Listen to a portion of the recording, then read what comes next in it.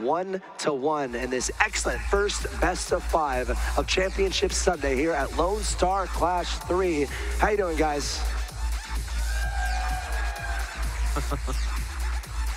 Good, how are you? Doing good, it sounds like, and so are we. These have been great games so far. I mean, Lone Star, it's not guaranteed that every tournament will get this, but man, they've had a lot of really good games. I mean, we had our fun with the Stormos yesterday. We probably wouldn't want that to happen too much more, but that was even fun in its own way. It was. And we had a lot of other great stories. We have 2 foreigners in the top 8. That's fantastic. Stefano, breathing. I mean, it's very unlikely that he beats Jaedong, but there's that what if. There's that what if the guy who's won every single Lone Star comes out of retirement to play in yet another one, because he has to, basically. He can't just pass up on Lone Star. And he's got a chance to win. So many great stories, so many great games. But Axitos, please introduce our first player. All right, ladies and gentlemen, welcome to game number 3 of this best of 5. The quarterfinals of the Lone Star Clash 3. Here we are on Overgrowth Ladder Edition. In the bottom left-hand location, I proudly present your Blue Protoss player representing Team Evil Geniuses, one of 2 foreigners left in Lone Star Clash 3. Give it up for HuK.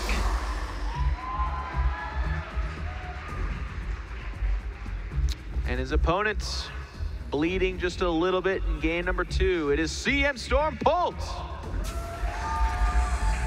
And he might have, HuK might have poked the beast. Polt is like I said, StarCraft 2 is such a gorgeous mechanical game, but it's also such a momentum-based game. And I feel like, on the one hand, you can look at it as, well, HuK's starting to generate a little bit of momentum for himself. He's got the confidence of saying, okay, I can win. And yes, it was a strategy as opposed to like finesse, but still, HuK made this guy lose a game.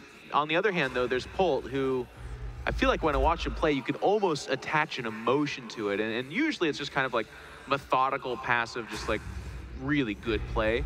But I've seen this guy turn it up a notch and become faster and more aggressive, and I feel angry. It's like it's a heat that comes off the guy. So we'll see if Polt's going to bring that intensity to this game number 3. I think that's a fantastic point there.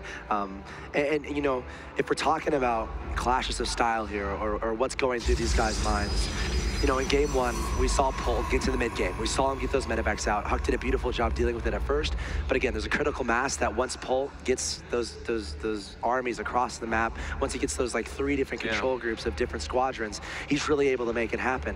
And then in game 2, we saw HuK just like, all right, let's just not let it get to that point. And he was in Polt's face from the start, getting the Zealot Stalker Mothership Core there, following it up very quickly with the DT play, and Stim didn't even finish. So, you know, Polt never got to his, what I think is his absolute comfort zone, that mid game. So we'll have to see if HuK tries to,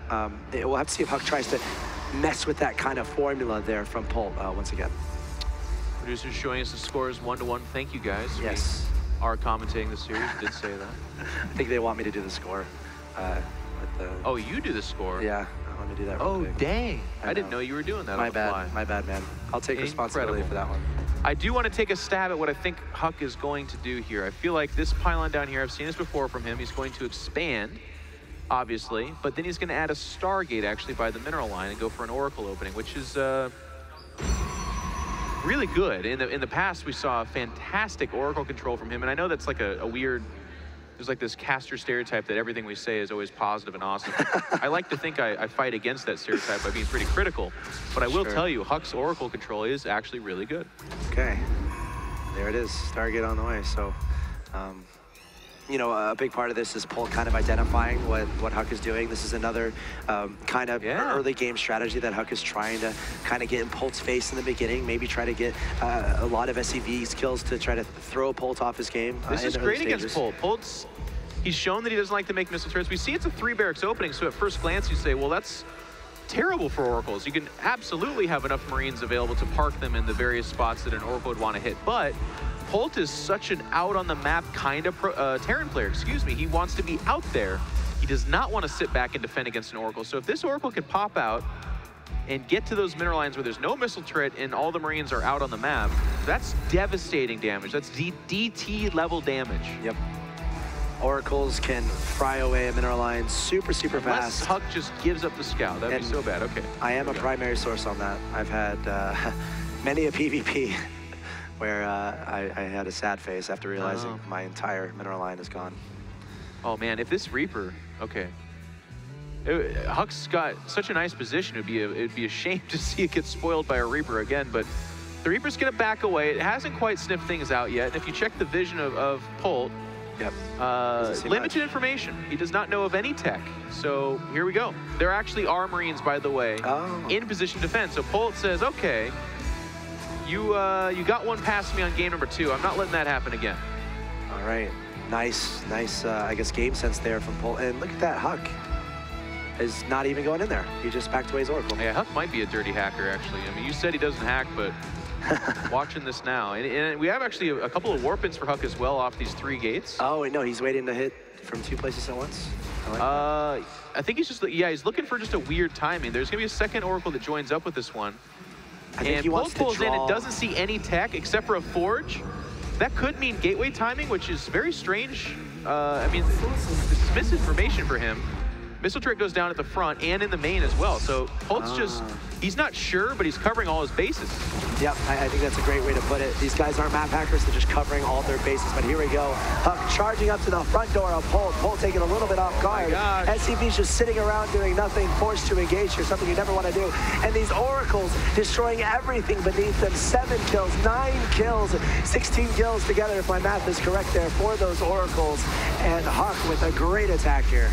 A fantastic attack. He's even killing Marauders with these Oracles as they come down. Polt's just been chopped down. He's down 20 supply. He's got the Marines still in his main, but he's ignoring them for all intents and purposes right now. Missile turret dies as well. This is at least a cracked natural. Look at this. At worst, Polt's gonna drop game number 3. Look at this. HuK is all up in Polt's face. Another relatively early timing attack before Polt can get in his comfort zone. And HuK is very much on his way to going up 2-1 in this series. Polt trying to make do with what he has remaining. But everything is so super delayed for him, trying to make these Marines work. I mean, these are non-combat shield Space Marines stimming, and once that stim wears off, they're basically just paperweights. They're gonna come forward. They all can't even stim, but half of them are 1 shot away. The Stalkers here are overpowering. Marauders coming out to join as well. Meanwhile, the Oracles are gaining energy by the way, and they really cut this down. There's another stim, and it's just gonna get kited by HuK. He's like, sure, go ahead and stim at me. I think Polt's just completely dead here, and that's going to be confirmed in a second. Polt loses the natural. He's going to try to pull back up in the main. GG is called out, and HuK is up 2-1. Oh my gosh. A big sigh of relief, by the way. You can see that on him. He's like, hey, how is this working so well? But Axeltoss, you pointed something out that's amazing. A lot of players that he pulled up with the Oracle, there's no scan. Protoss doesn't have scan.